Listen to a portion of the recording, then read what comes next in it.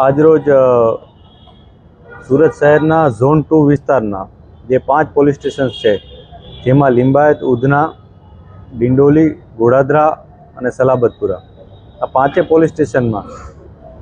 કેટલોક મુદ્દામાલ કે જે ચોરીમાં ગયો હોય, કોઈ લૂંટમાં ગયો હોય અથવા કોઈથી ખોવાઈ ગયો હોય, ક્યાંકથી પડી ગયો હોય, એ તમામ મુદ્દામાલ જ્યારે પોલીસ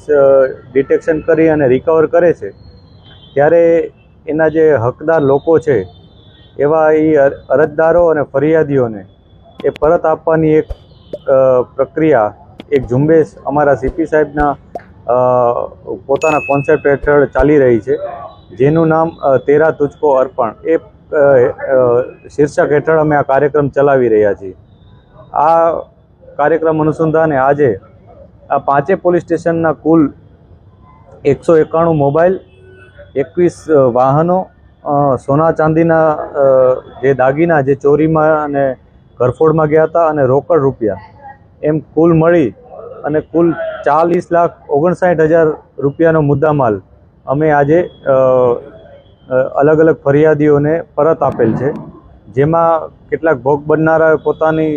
રાજીપો પણ વ્યક્ત કર્યો હતો અને પોલીસને પણ